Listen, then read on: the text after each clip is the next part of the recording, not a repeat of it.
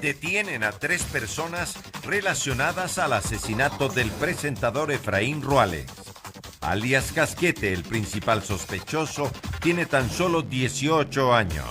El gobierno entregará una compensación de $200 al personal de salud, profesores, policías y militares, debido a la crisis por la pandemia.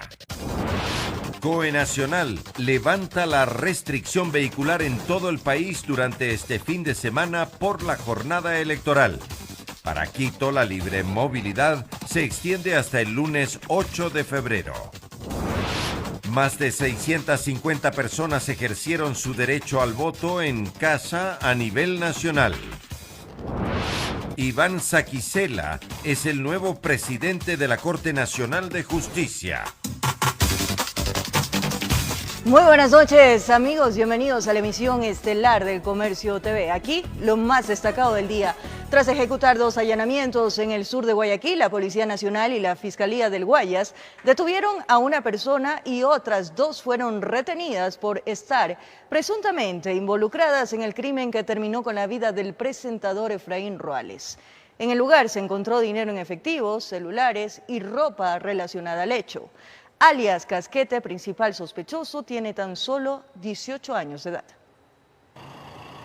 El operativo se realizó en 2 inmuebles, ubicados en el barrio Garay y los bloques de la Ciudadela La Valdivia, al sur de Guayaquil. Dentro del departamento de este último sector, se detuvo a Casquete Villamar AP, de 18 años. Él tenía una boleta de captura en su contra. Además, se retuvieron a otras 2 personas que se encontraban con él, Velo Salguero JS y Molina Montserrat Calle. También se incautaron varios indicios que serán cotejados con el caso de Ruales. Varios teléfonos celulares, en particular 3 teléfonos celulares fueron ubicados de forma escondida en el cielo raso de uno de estos inmuebles. Además, se encontraron alrededor de $6,400 y un cartucho. La explotación de varias cámaras de seguridad y el cotejamiento técnico de la información permitieron, según las autoridades, conocer la ruta que tuvo el Vitara, que movilizaba a los sicarios previo y posterior al asesinato. Se pueda determinar que este vehículo estuvo antes del hecho, en las inmediaciones especialmente del gimnasio, y luego posteriormente se ha establecido toda una ruta técnica desde el cometimiento del accidente hasta un lugar que después estuvo muy relacionado con la incineración del vehículo. El detenido fue puesto a órdenes de la Fiscalía del Guayas, siendo sometido a audiencia de formulación de cargos, aunque no directamente por el asesinato de Ruales, sino por el robo del vehículo. Casquete está siendo investigado porque él estuvo durante un tiempo, antes y después del cometimiento del asesinato, en poder del vehículo Vitara color azul. Vehículo que estaba denunciado como robado. Por eso es que va primeramente a formulársele cargos por este evento y luego continuar con las investigaciones. Esto mientras que las otras 2 personas rinden versión que serán parte de la indagación previa y adjuntadas a las otras diligencias judiciales que están en proceso. El ministro de Gobierno destacó que se está trabajando articuladamente con la Fiscalía General del Estado para resolver el crimen. Informó Maite Morán. Una compensación de $200 se entregará a más de 320,000 trabajadores públicos en reconocimiento a su labor durante la pandemia. Así lo anunció el ministro de Economía, Mauricio Pozo. El gobierno destinará alrededor de 65 millones para este incentivo. El incentivo económico será a manera de reconocimiento que el Ejecutivo ha previsto para docentes, profesionales de la salud, personal militar, policial, de la Comisión de Tránsito del Ecuador, quienes han trabajado desde sus áreas durante la pandemia. El gobierno nacional ha decidido entregar una compensación a aquellos trabajadores y que han estado entregando todo su contingente para poder ayudar a paliar la situación que hemos vivido. El bono de $200 será entregado por una sola vez este mes de febrero. Que son los recursos tributarios y petroleros que tiene el Estado y de los recursos externos, que es el financiamiento, es del apoyo que recibimos del exterior. ¿De quién? De los multilaterales o de las fuentes comerciales privadas o de los gobiernos de los países amigos. El ministro Pozo también explicó que se está evaluando si esta compensación será para los empleados que trabajaron durante la pandemia y que por varios motivos fueron desvinculados de sus cargos, así como también para el personal que falleció cumpliendo sus labores. ¿Qué vamos a hacer con aquellos que estuvieron y que ya no están por alguna razón? Esos son temas que tendremos que definir. Concluyó diciendo que son cerca de $600 millones los que el gobierno ha destinado para ayudar a las familias ecuatorianas a reactivarse durante la pandemia, informó Mauricio Sánchez. Este fin de semana habrá libre movilidad a nivel nacional para garantizar que los ciudadanos puedan desplazarse a ejercer su derecho al voto. En el caso de Quito, se levantaron las restricciones hasta el día lunes 8 de febrero. Por la jornada de elecciones en la capital se levantaron las medidas restrictivas de movilidad para los días sábado 6, domingo 7 y lunes 8 de febrero. Luego de que se anunció esta medida y que ningún otro cantón ha notificado limitaciones en sus ejes viales, habrá libre movilidad en todo el país para garantizar el desplazamiento de los votantes. Sábado y domingo estaría garantizada la movilidad en todo el territorio ecuatoriano y a partir del lunes nuevamente los GATS darán las decisiones que corresponda por cuanto es una competencia en áreas urbanas. En carretera continuará la libre movilidad. En la resolución oficial del municipio de Quito consta que el riesgo de contagio se mantiene alto, por lo tanto solicita el cumplimiento de las medidas de bioseguridad, además que los desplazamientos sean estrictamente para ejercer su derecho al voto. Pero no significa carta abierta para afectar el espacio público y que podamos tener un mayor número de contagios. En la capital se desplegarán 5.000 servidores municipales que realizarán operativos conjuntos con la Policía Nacional y Fuerzas Armadas para controlar los aforos en los recintos electorales y garantizar seguridad para los votantes. Dentro de la periferia, en donde inclusive cerraremos las vías y garantizaremos un corredor de seguridad para que la ciudadanía pueda llegar a los recintos y se cumpla con todas las medidas de bioseguridad. Las autoridades recuerdan a los partidos políticos que tienen que cumplir las medidas de bioseguridad en los encuentros del día domingo de las elecciones. Vemos que hay muchas organizaciones que no toman en conciencia, que superponen sus intereses políticos al interés general de la ciudadanía de salud. Informó Priscila Cadena. La jornada de votación de este 7 de febrero iniciará a las 7 de la mañana y concluirá a las 17 horas. Las autoridades del Consejo Nacional Electoral aclararon cuáles son los requisitos para votar. Además, exhortan a los ciudadanos a cumplir con los protocolos de bioseguridad.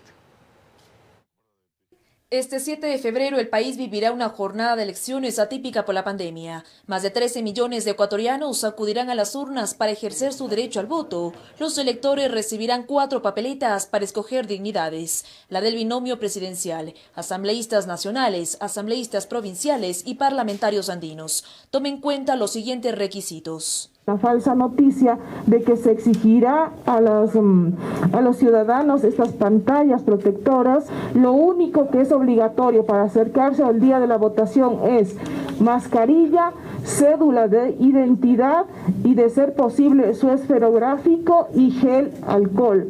En cuanto a los protocolos de bioseguridad, también deberá cumplir con el distanciamiento social de 2 metros. Además, las autoridades hacen un llamado a los ciudadanos y partidos políticos para que se respete el silencio electoral.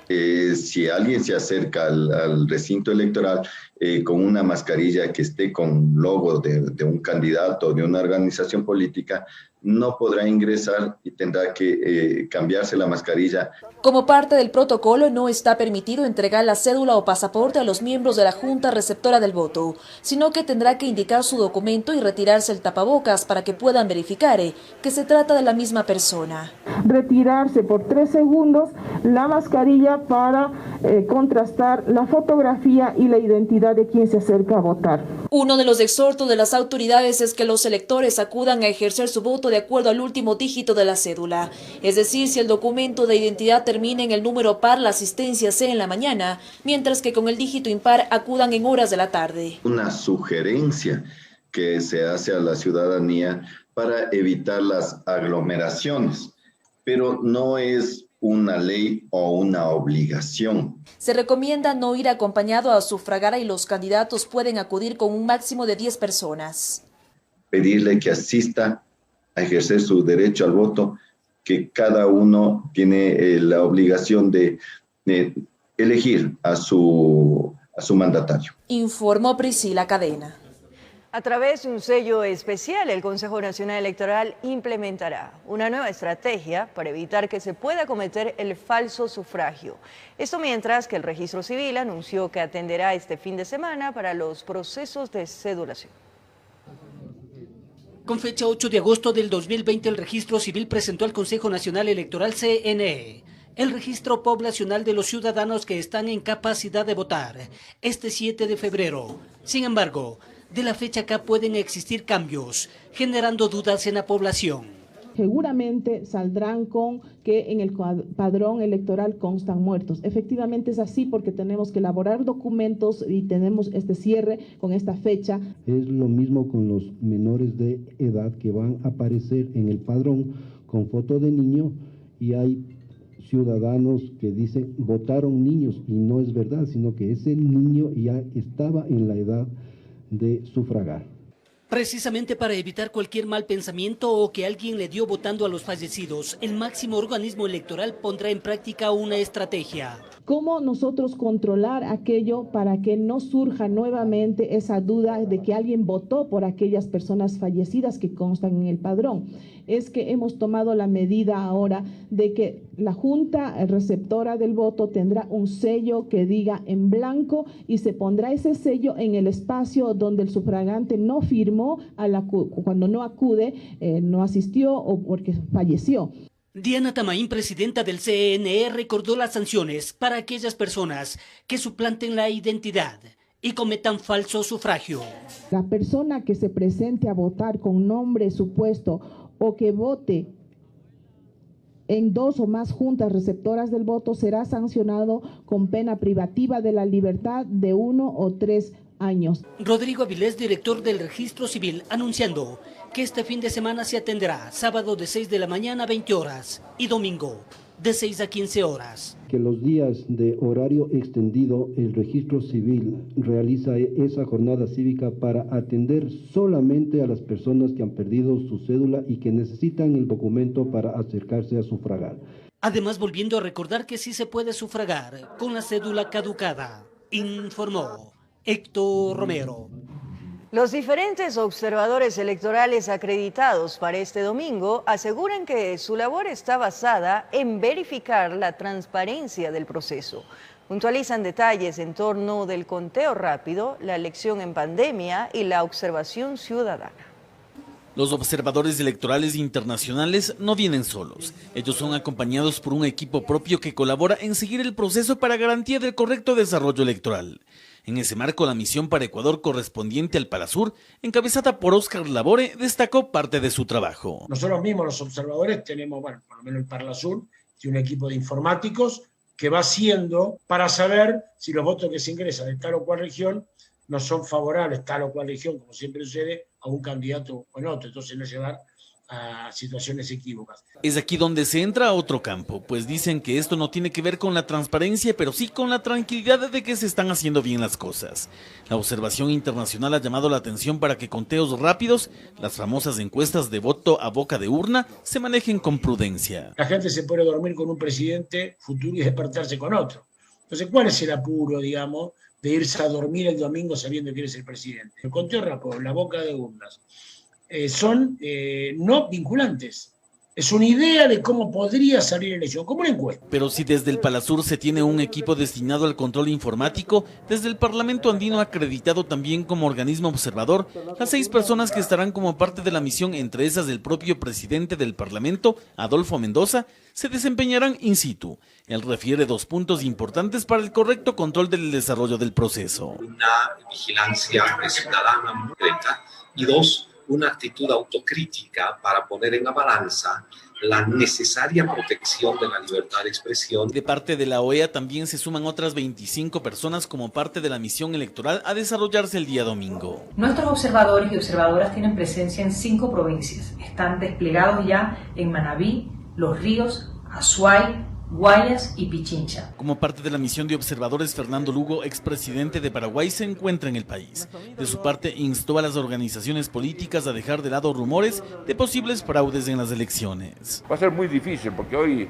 los sistemas electorales están muy controlados por la tecnología moderna. Además, resaltó que a pesar de la pandemia es importante la participación de la ciudadanía en este proceso electoral. Esperemos y nos aseguramos que hay un alto índice de participación.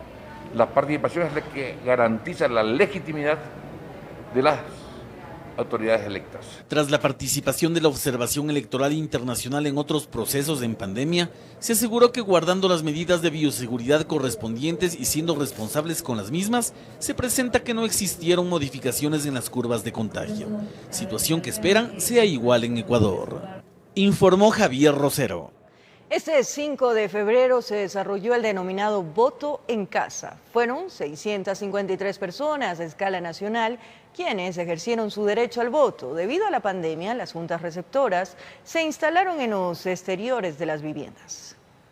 Pequeñas caravanas recorrieron el país desde 5 de febrero. La Policía Nacional, taxis con miembros de las juntas receptoras del voto y buses con varios observadores internacionales llegaron a las 653 viviendas de escala nacional para facilitar el sufragio a quienes por diversas condiciones no pueden acudir a los recintos electorales. Mediante brigadas móviles que están conformadas por servidores electorales previamente capacitados en atención preferente. Luis Cóndor fue uno de los primeros en votar en su casa. Nos comentó que no necesitó realizar ningún trámite para acceder al proceso. Él ha participado ya en algunos comicios sufragando desde su hogar. El CONADI, como es una institución pública, me imagino que facilitó la información y por eso es que me eligieron. La presidenta del CNE, Diana Tamaini, inauguró el proceso, enfatizando que el escrutinio de estos votos se efectuará junto al resto cuando termine la jornada electoral. El conteo empezará a partir de las 5 de la tarde en conjunto y en la normalidad que corresponde el día domingo a las 5 de la tarde. Este domingo 7 de febrero en todos los recintos se instalarán mesas preferenciales que incluirán papeletas electorales para las personas no videntes. Cerca de 4.385 mesas a nivel nacional, cerca de 8.000 plantillas braille que estarán instaladas en las mesas de atención preferente, más las medidas de la atención del voto acompañado o asistido que tendrá la persona con discapacidad. El voto en casa se realiza en el país desde el año 2012. Está dirigido para adultos mayores y personas con discapacidad, igual o mayor al 75%, informó Sofía Vintimilla. Los ecuatorianos que residen en el extranjero también acudirán a ejercer su derecho al voto. Se espera que al menos 400.000 compatriotas que se encuentran empadronados en otros países puedan sufragar este 7 de febrero. El voto de ecuatorianos en el exterior es un factor importante en estas elecciones generales. Son al menos 400.000 ecuatorianos empadronados en distintos países, como es el caso de Ángel Romero, quien reside en España por más de 19 años. Asegura que este domingo ejercerá su derecho al voto. Quiero hacerlo porque veo que es necesario. Aunque estemos en otros países, siempre nos gusta participar en eso que es tan importante, ¿no? En España, según el Instituto Nacional de Estadísticas, son al menos 130.000 ecuatorianos registrados. Asegura que una de las principales razones del sufragio es la obtención del certificado de votación que le habilitará para realizar varios trámites. En el caso de Estados Unidos, el cónsul de Ecuador en Nueva York enfatizó que una de las principales dificultades para los comicios fue la asignación de recintos electorales. Muy complejo. Y finalmente, en la semana anterior pudimos ya definir los 4 recintos electorales que va a haber para el próximo domingo 7 de febrero. El uno estará ubicado en el Bronx, el otro en Queens, el otro en la zona de Hudson Valley, en Peekskill, y finalmente en la zona de Long Island, en Pacho. A esto se suma la difícil situación de la pandemia. En Francia, por ejemplo, las grandes distancias y las restricciones de movilidad serían un limitante para acudir al sufragio, como es el caso de Camila Machado, una estudiante que vive a las afueras de París. Hace 4 años, en las últimas elecciones, ahí cambié de domicilio como residencia principal acá en Francia, y la razón por la que no voy a votar es por la distancia que tengo de mi lugar de residencia al lugar donde se tiene que ir a votar acá en Francia. Asimismo, la Embajada de Ecuador en Panamá, a través de su cuenta de Twitter, indicó que los ecuatorianos empadronados en ese país sí podrán sufragar. Los votantes deberán acudir a las instalaciones de la embajada desde las 9 de la mañana hasta las 7 de la noche. Será indispensable portar un salvoconducto junto con su pasaporte, informó Caterine Aguirre. Más adelante, consternación en Brasil por la fiesta que realizaron decenas de personas en un cementerio. Los jóvenes bailaron y bebieron licor encima de las tumbas. Los detalles en breves minutos. Gracias por seguir en nuestra sintonía. Esta es la emisión estelar del Comercio TV. A pesar del incremento de casos de coronavirus en la capital, también existen casos de personas que lograron ganarle la batalla al COVID-19. Estas historias motivan al personal de salud a seguir trabajando en primera línea para que más pacientes puedan vencer al virus. Adriana Jurado, de 47 años, ingresó al hospital IES Quito Sur junto a su hermana gemela y su esposo tras contagiarse de coronavirus. Luego de 12 días de permanecer hospitalizada, por fin regresa a casa. Porque nos está dando otra oportunidad de vida. Si yo salgo de aquí, es porque Dios tiene un propósito más en mi vida. Su gemela corrió con la misma suerte, le ganó la batalla al virus, mas no así su compañero de vida. Y cuando yo supe que mi esposo falleció, solo le dije al Señor que nos abrace. Él está al lado de Diosito. Por la misma puerta también salió Dolores Castro, de 78 años. No sabe cuánto tiempo ha pasado desde que un día ingresó con los dolores más insoportables que jamás imaginó sentir. Pues ingresé desde el día martes por la mañana y hoy día no sé qué día sea. El dolor del pecho y la espalda y me quitaba la respiración. Voy muy agradecida, doy gracias a Dios, buenos médicos. Historias que alientan al personal de salud del IES Quito Sur, pero que por otra parte desmotivan en medio de una situación en la cual se mantienen los números en rojo, hospitalización y unidades de cuidados intensivos completamente llenas y con una lista de espera de UCI que supera las 50 personas. Un panorama que se va replicando también en otras casas de salud como el Hospital Carlos Andrade Marín. Yo tengo la terapia intensiva totalmente llena. Tengo 16 pacientes en espera de una cama en terapia intensiva que están en la emergencia. Aquí también se dieron el alta a algunos pacientes. Esto alivia a los médicos, no porque habrá menos trabajo, sino porque saben que en unas cuantas horas serán ocupadas. Significa que alguien no tendrá que esperar tanto por una cama de hospitalización.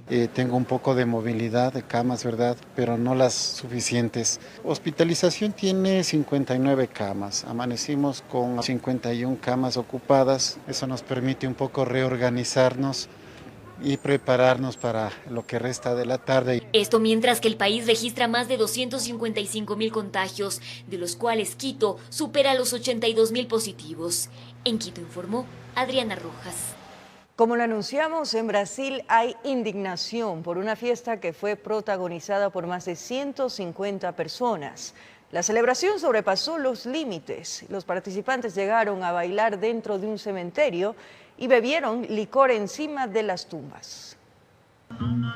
Son las imágenes que circulan a través de redes sociales y no solo causan asombro, sino también indignación. Se trata de una fiesta en la que participan más de 150 jóvenes en medio de la pandemia. Y eso no es precisamente lo que llama la atención, sino que en el espacio en el que disfrutan es una parte de un cementerio, el de Sojas, ubicado en el municipio de Pelotas, en el estado de Río Grande, en Brasil. Pero eso no es todo. Ya después de que la gran multitud ingirió cantidades elevadas de alcohol, deciden ingresar al interior del cementerio para treparse a las bóvedas y ahí continuar la fiesta.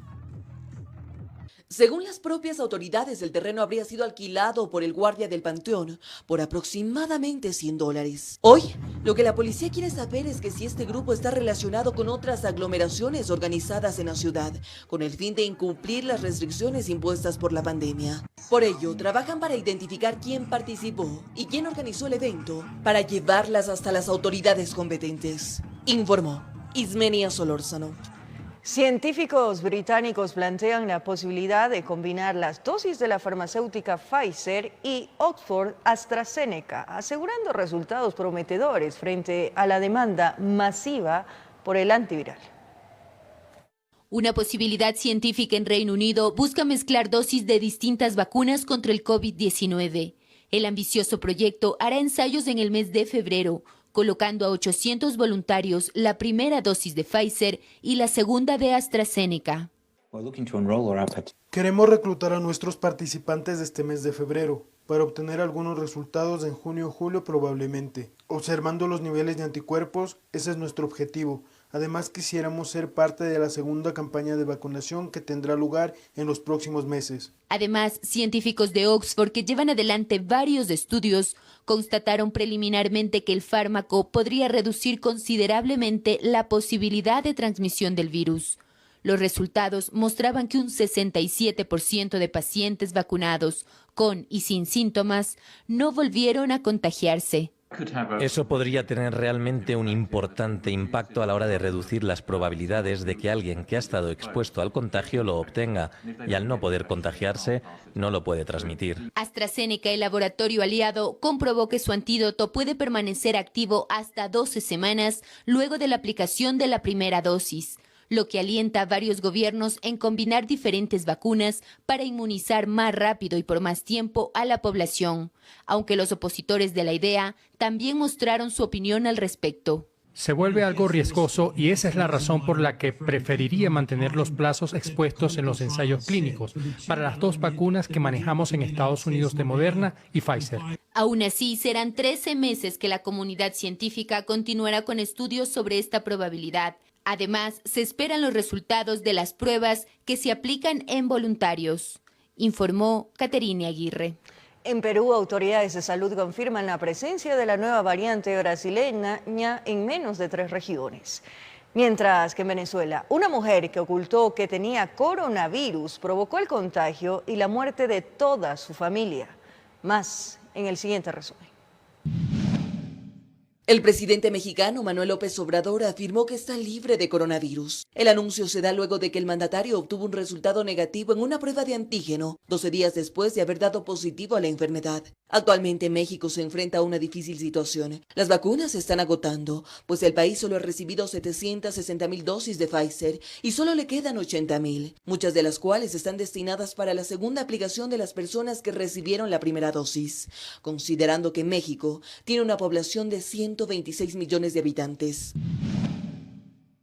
Autoridades peruanas confirmaron que la denominada variante brasileña del coronavirus está presente en su país. La investigación arrojó la aparición de esta variante en las regiones de Loreto, Huánuco y algunas partes de Lima. Y es precisamente a esto que las autoridades atribuyen el rápido incremento de casos. Además de ello, Perú enfrenta una complicada situación con falta de oxígeno y hospitales colapsados.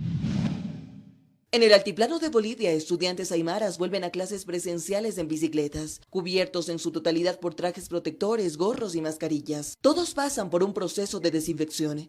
Este regreso a clases ocurre en medio de un repunte de casos en el país andino. Las autoridades han afirmado que esta escuela es pequeña y los niños de todos los grados son enseñados por un maestro en el mismo salón de clases.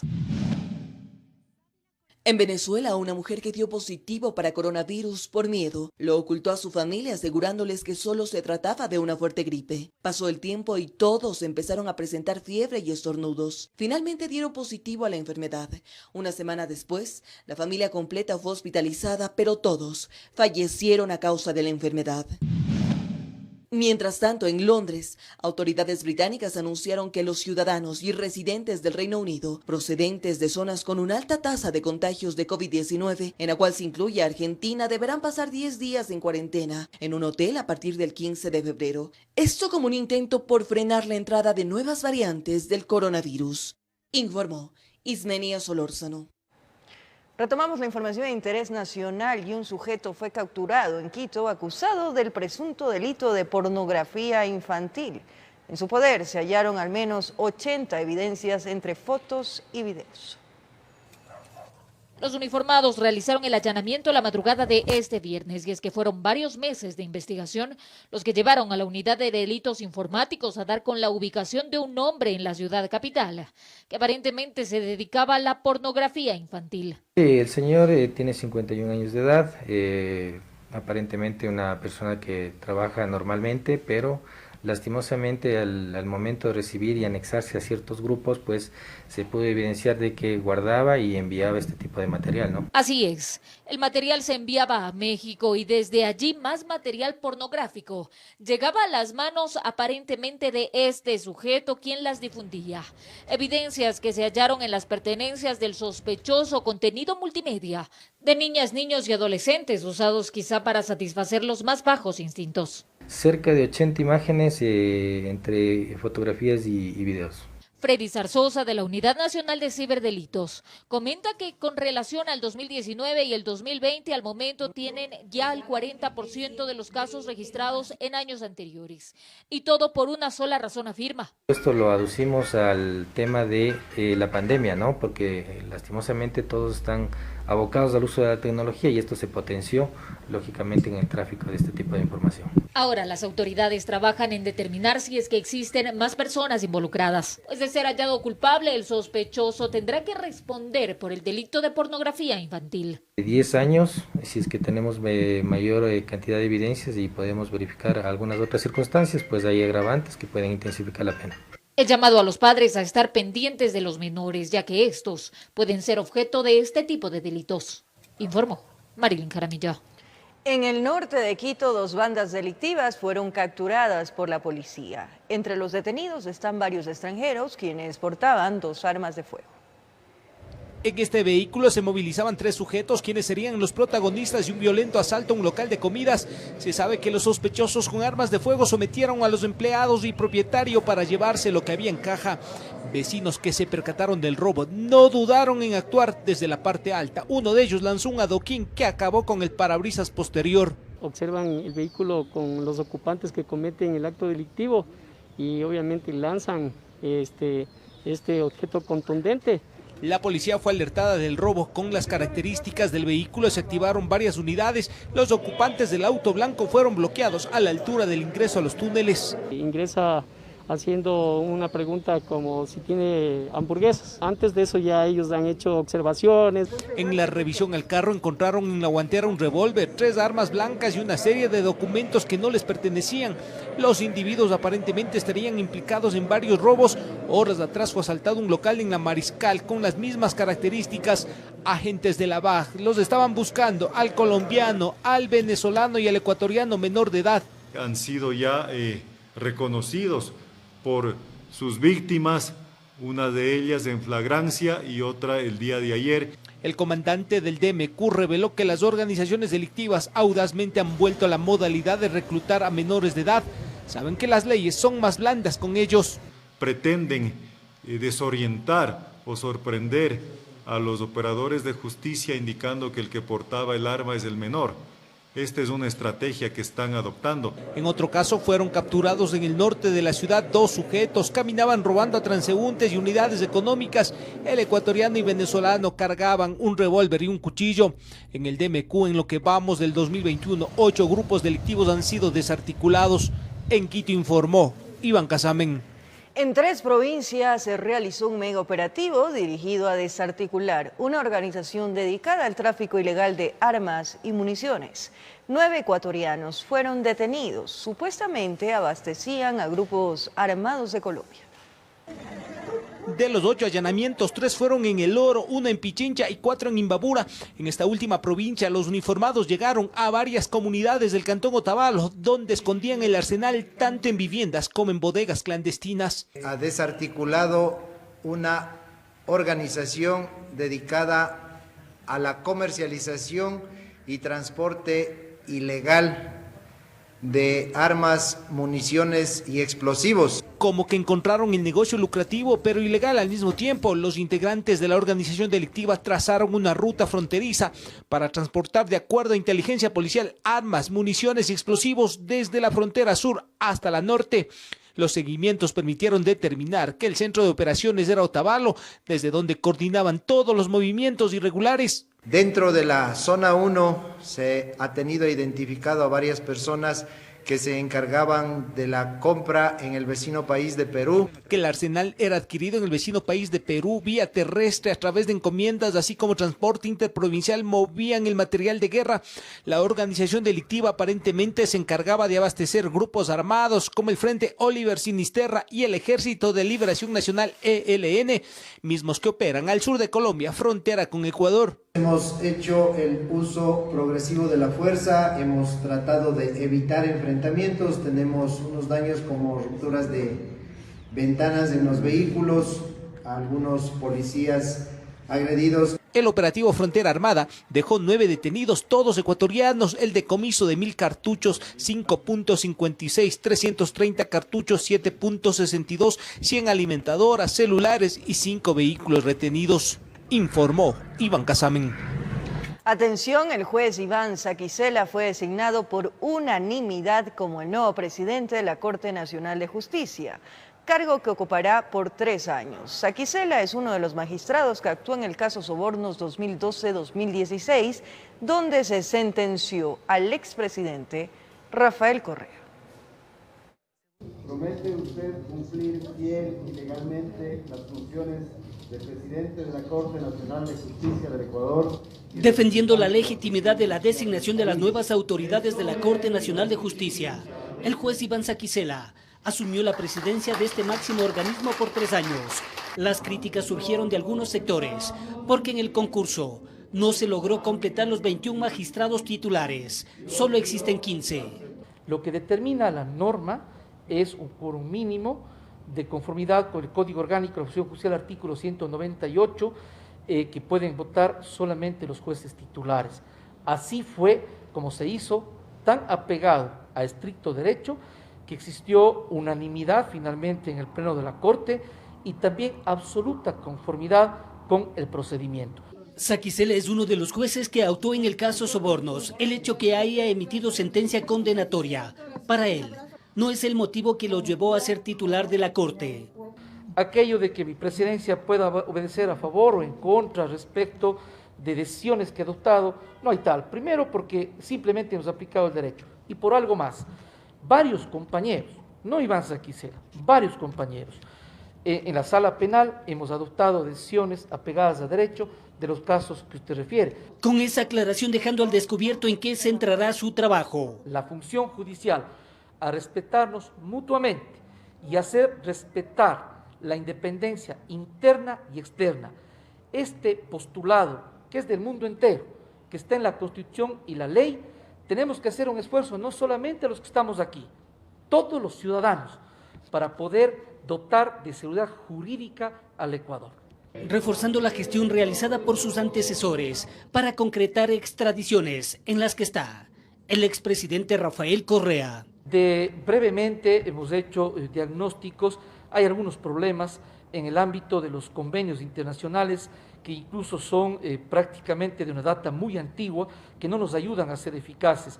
Y de otra parte, incluso problemas de orden legal, muy en términos genéricos. Vamos a tratar de construir una propuesta, incluso de orden legal, para poder ser más eficaces. Claro está, sin perjuicio de que, una vez que asume el despacho, tenga absoluta claridad. Como presidenta subrogante también asumió funciones. Caterine Muñoz informó. Héctor Romero. Se nos acabó el tiempo, amigos televidentes, pero los invitamos a nuestra transmisión de todo el día, ininterrumpida, desde las 6 de la mañana, Decisión Electoral 2021. Todos los detalles de estas elecciones presidenciales de asambleístas y parlamentarios andinos. Que tengamos un voto consciente, pero sobre todo informados. Un abrazo grande, un buen fin de semana.